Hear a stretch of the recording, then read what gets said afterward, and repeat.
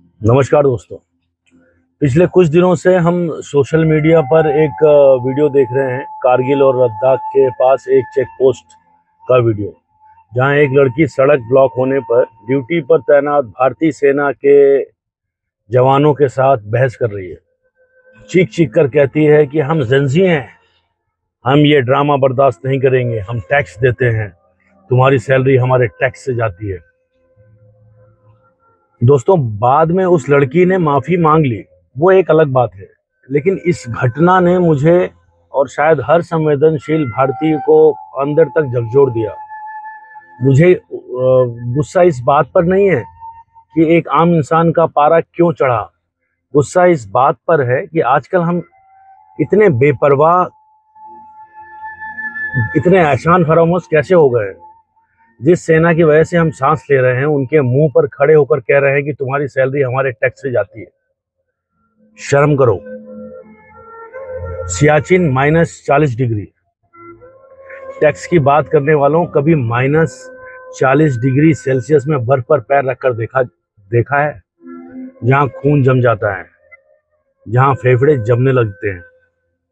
सियाचिन और कारगिल की उन चोटियों पर हमारे देश के जवान -30 और -40 डिग्री तापमान में खड़े रहते हैं, ताकि आप और हम यहाँ अपने एसी कमरों में बैठकर रील्स बना सकें, सोशल मीडिया पर ज्ञान दे सकें।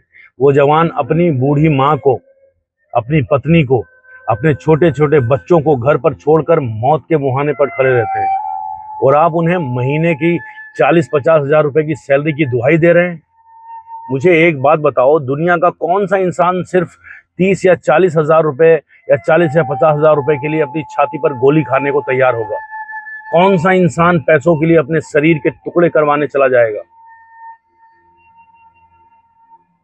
ये सैलरी की बात नहीं है, यह देश प्रेम है, वर्दी का जुनून है। लॉ, क्या बोलूं। चेक पोस्ट पर सेना और पुलिस ने बैरिकेड क्यों लगाए थे? क्योंकि आगे का मौसम खराब था, लैंडस्लाइड का खतरा था, सुरक्षा का प्रोटोकॉल था। जवान आपको रोक रहे थे आपकी अपनी सुरक्षा के लिए।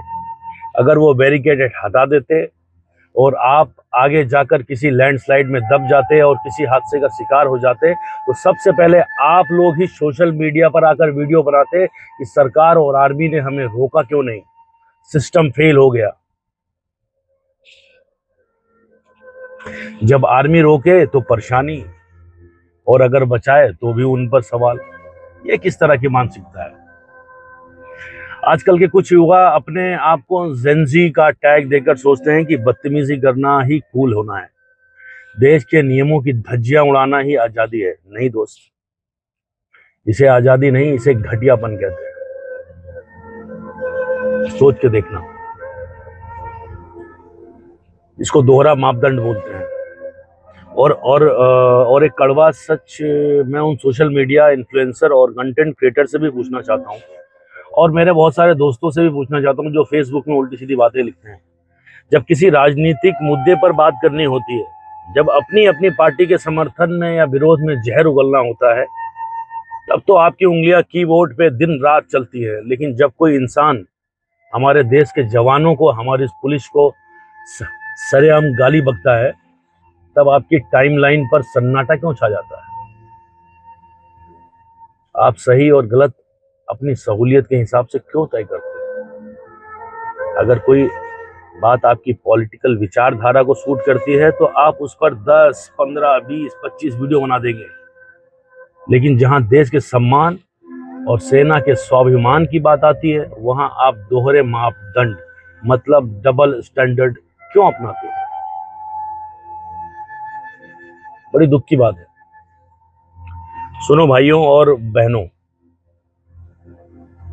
आपको मोदी से नफरत है, करनी है करो। आपको कांग्रेस से नफरत करनी है, करो। आपको किसी पार्टी से नफरत करनी है, करो। आपको किसी भी राजनीतिक दल से दिक्कत है, खुलकर बोलो। यह लोकतंत्र है, आपको पूरा हक है। लेकिन भारत की सेना किसी राजनीतिक दल की नहीं है, वो तिरंगे की है, वो इस देश की मिट्टी की है।